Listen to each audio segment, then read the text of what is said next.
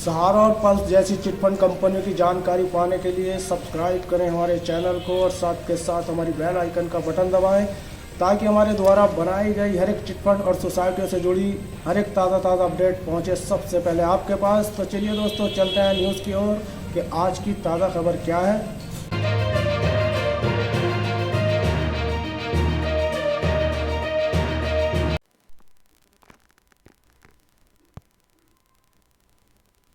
दिल्ली में रजिस्टर्ड हैं सिर्फ 40 चिटफंड कंपनियां। इसे नवभारत टाइम्स इंडिया टाइम्स ने प्रकाशित किया है।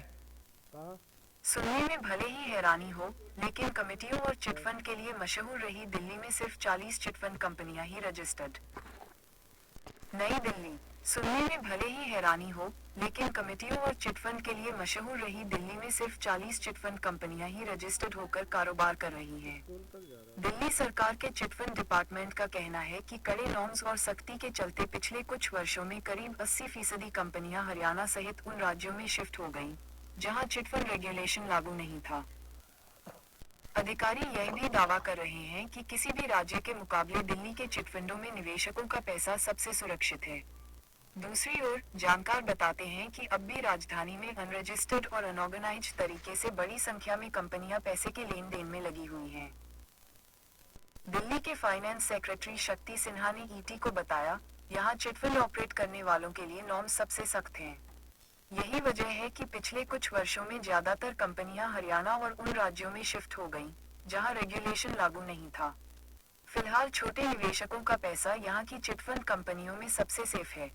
दिल्ली में 1982 तक मद्रास चिटफंड एक्ट लागू था, जिसकी जगह दिल्ली चिटफंड एक्ट ने ली था। लेकिन 2007 में दिल्ली चिट रूल्स आने के बाद इन कंपनियों पर काफी कड़े नियम और सख्त निगरानी लागू हो गई। तब से करीब 80% कंपनियां बाहर जा चुकी हैं। चिटफंड डिपार्टमेंट की वेबसाइट पर 70 कंपनियां रजिस्टर्ड हैं, लेकिन दिल्ली के चिटफंड रजिस्ट्रार और एडिशनल कमिश्नर एसके सिंह ने बताया, यह आंकड़ा अपडेट नहीं है। फिलहाल हमारे यहाँ करीब 40 कंपनियां ही रजिस्टर्ड हैं। रजिस्ट्रेशन, ऑपरेशन, डिपॉजिट से जुड़े नॉर्म्स सख्त हैं और वही कंपनियां इनका पालन कर सकती हैं, जिनका कारोबार पूरी तरह फेयर है। उन्होंने बताया कि किसी चिटफंड कंपनी को रजिस्टर होने के लिए कम से कम 20 तरह के दस्तावेज और सर्टिफिकेट जमा करने होते हैं।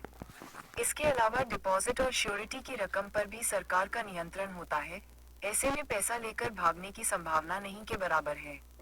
दूसरी ओर, मार्केट के जानकार बताते हैं कि राजधानी में छोटी छोटी और अनरजिस्टर्ड चिटफंड कंपनियों की तादाद सैकड़ों में है। इस बारे में पूछे जाने पर रजिस्ट्रार ने कहा, उन पर हमारा कंट्रोल नहीं है, लेकिन जब कभी किसी कंपनी के खिलाफ शिकायत आती है, हम एक्शन लेते हैं। दिल्ली में हाल फिलहाल किसी चिटफंड कंपनी के पैसा लेकर भागने की खबर नहीं आई है। All India association of chit funds के general secretary TS Shivram Krishnan ने कहा, नॉर्म्स इतने भी कड़े नहीं होने चाहिए कि कंपनियों के लिए कारोबार करना ही